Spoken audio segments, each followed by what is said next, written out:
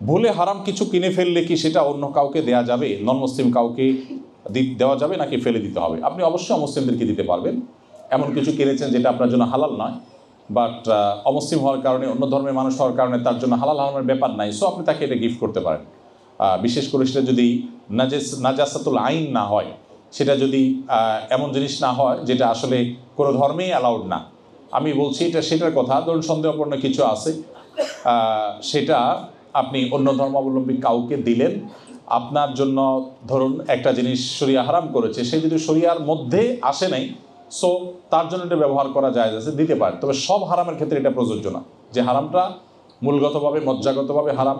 অন্য ধর্মাবলম্বীদের জন্য, ধরুন আমরা ইহুদি খ্রিস্টান যারা আছেন, আমাদের অন্যান্য আসমানি ধর্মের অনুসারী যে সমস্ত ভাই বোনরা আছেন, তাদের ধর্মেও কিছু জিনিস আছে মৌলিকভাবে মূলগতভাবে হারাম, সেগুলো আপনি তাদেরকেও দিবেন না। এর বাইরে যেটা আছে সেটা আপনি দিতে পারেন। এখানে অফিস টাইমের জন্য নামাজের সময় ঠিক মতো পড়া যায় না, এক্ষেত্রে করণীয় কি? নামাজ মুসলমানের জন্য পড়া ফরজ করা হয়েছে। আল্লাহ সুবহানাহু ওয়া তাআলা বলেছেন, ইন্নাস সালাতা কানাত আলাল মুমিনিনা কিতাবাম মাওকুতা, নামাজ নির্দিষ্ট সময় পড়াটা ইমানদারদের জন্য ফরজ করে দেওয়া হয়েছে। আপনি যেখানে যে অবস্থা থাকেন আপনাকে নামাজ পড়তে হবে। আপনি অফিস টাইমে শুধু ফরজ পড়ার সুযোগ যদি পান, অন্তত সেটুকুও করে ফেলতে হবে, কিন্তু নিয়মিত সুন্নত ছাড়বেন সেটাও গ্রহণযোগ্য না। এমনকি আপনি তিনজন আছেন কোথাও, জুমার নামাজের সময় হয়েছে, তিনজন মিলে আপনি জুমার জামাত করে ফেলতে পারেন। জুমার জামাত করে ফেলাটাকে আমরা অনেকে মনে করি অনেক জটিল কিছু, মনে করি যে আমার দ্বারা সম্ভব হবে না। আপনি তিনজন মানুষ আছেন, একজন ইমাম আছেন, তিনজন মুসল্লি আছেন, যিনি ইমামতি করবেন। মুশকিল হলো খুতবাটা কীভাবে দিয়ে, মনে করেন খুতবা তো আমরা পারি না। খুতবার জন্য আপনি শুধু সূরা ফাতিহাটা পড়েন আর দুরূদ ইব্রাহিমটা পড়েন, বাস খুতবা কমপ্লিট। 2 খুতবা দিয়ে আপনি নামাজ পড়ায় ফেলান। 5 থেকে 7 মিনিট টাইমের ভিতরে আপনি জুমার নামাজটা পড়ে ফেলতে পারেন। যারা প্রতিকূল পরিবেশে থাকেন, 2-4 জনও থাকেন, অনুমতি নিয়ে 10 মিনিটের ছুটি নিয়ে আপনি এই কাজটা করে নেন।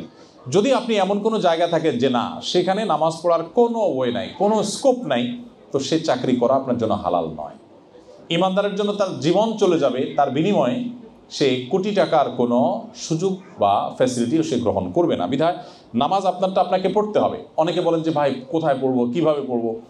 আমি একটা উদাহরণ দেওয়ার চেষ্টা করি মাঝে মধ্যে। উদাহরণটা শুনতে শ্রুতিকটু হলেও জিনিসটা হৃদয়ঙ্গম করতে সহায়ক। সেটা হলো, ধরুন আপনি এমন কোনো জায়গায় আছেন যেখানে ওয়াশরুমের কোনো ব্যবস্থাপনা আপনি আপাত দৃষ্টি দেখছেন না, কোনো পাবলিক টয়লেট নাই, সব ঘর বাড়ি, কিছু দোকানপাট আছে, বাইরের লোক অ্যালাউ করে না, ইত্যাদি ইত্যাদি। বাট আপনার ওয়াশরুমের বেগ হয়েছে প্রচণ্ডভাবে, একেবারে চরম পর্যায়ে আপনি আছেন, আপনি কি করবেন? এখন আপনার সামনে পথ 2টা। আপনি একটা বলবেন যে কোনো উপায় যেহেতু নাই, তো কী আর করা, তাহলে আমি যে অবস্থা আছে অবস্থা ছেড়ে দিই, এটা একটা উপায়। আরেকটা উপায় হচ্ছে না, যে আমি এই অবস্থায় প্রয়োজনে একটা দোকানে ঢুকে যাব, প্রয়োজনে তাকে রিকোয়েস্ট করব, প্রয়োজনে একটা কফি কিনে তার কফি শপে আমি ঢুকে আমি ওয়াশরুমে যাওয়ার চেষ্টা করব। যে কোনো একটা ওয়ে আমি বের করব। তো নামাজের ক্ষেত্রে একই কথা প্রযোজ্য, আপনাকে যে কোনোভাবে একটা ওয়ে বের করতেই হবে। এক্ষেত্রে আপনি নামাজ নিয়মিত ছাড়বেন চাকরির অজুহাতে, সেই চাকরি করা আপনার জন্য শরীয়ত হালাল রাখেনি।